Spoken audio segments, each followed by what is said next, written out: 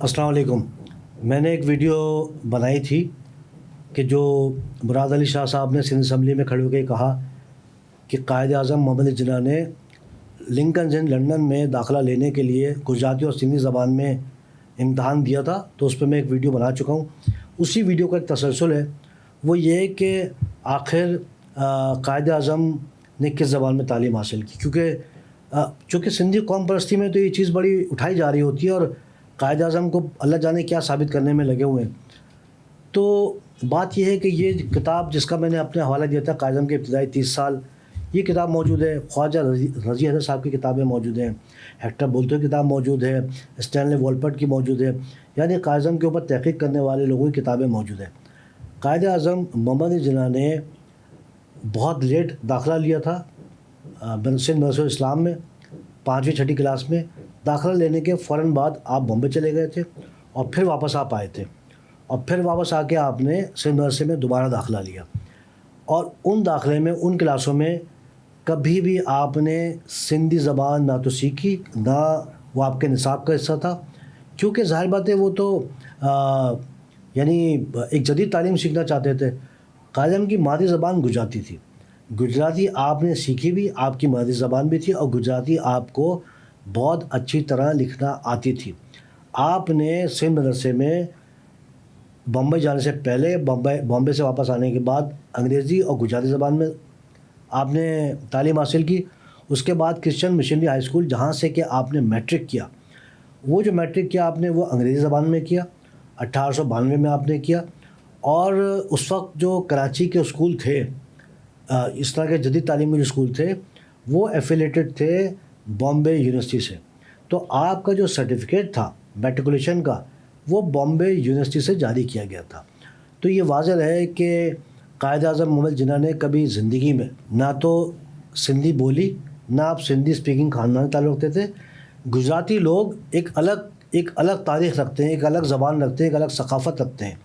तो गुजराती लोग सिंधी हो ही नहीं सकते, और ना आज हैं। आज गुजरात में जो लोग रह रहे हैं, और अगर कोई गुजराती कराची में पैदा हो जाए या सिंध में पैदा हो जाए तो वो सिंधी नहीं बन जाता।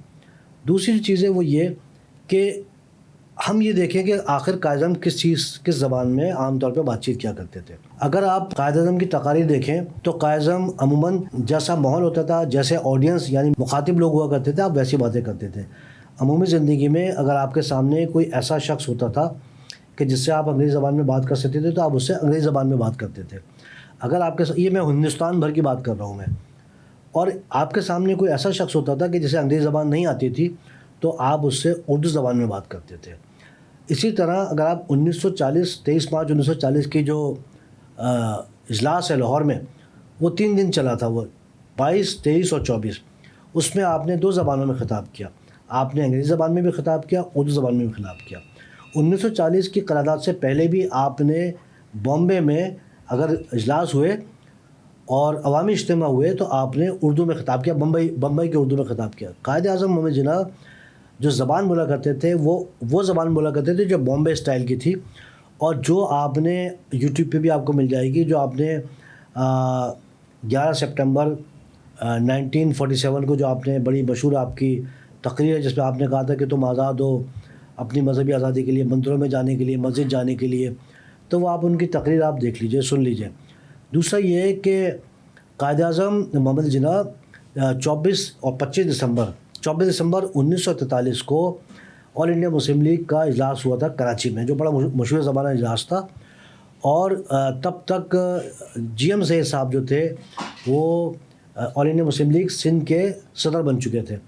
तो कायद आज़म मोहम्मद जिन्ना, आज का जो MH जिन्ना रोड है, और MH जिन्ना रोड पे जो इकबाल सेंटर है रेडियो पाकिस्तान के सामने, तकरीबन ये साबिर नारे वाले के सामने, उसके पीछे एक ग्राउंड है जो अब बहुत छोटा हो गया है ग्राउंड। वो 1943 में बहुत बड़ा ग्राउंड था, काफ़ी बड़ा ग्राउंड था। उस ग्राउंड में आपने उर्दू ज़बान में तकरीर की थी बॉम्बे के लहजे से, और ख़ुद GM सैयद ने और दीगर मुकर्रिरीन ने उर्दू ज़बान में तकारीर की थी।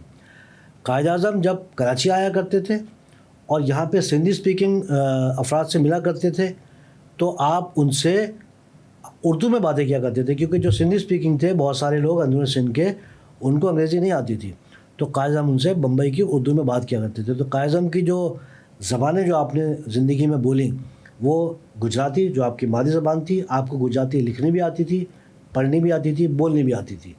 انگریزی زبان آپ کو لکھنی بھی آتی تھی، پڑھنی بھی آتی تھی، بولنی بھی آتی تھی۔ اردو آپ کو بولنی آتی تھی، لکھنے میں آپ کمزور تھے۔ آپ کے جو سیکرٹری تھے قائد اعظم کے، ان کا نام سب کو پتہ ہے کہ سید مطلوب حسن نام تھا ان کا۔ تو خود مطلوب حسن صاحب نے اپنی کتاب میں لکھا ہے کہ ایک دفعہ اردو میں خطوط آئے تو انہوں نے قائد اعظم کو خطوط دکھائے کہ جناح صاحب یہ خطوط آئے اور اردو میں پڑھ کے سنایا۔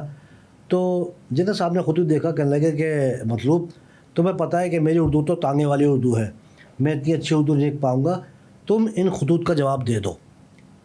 اب آپ اس کے کوئی بھی معنی نکال سکتے ہیں، لیکن کتاب میں جو جملہ ہے وہ اسی طرح لکھا ہوا ہے۔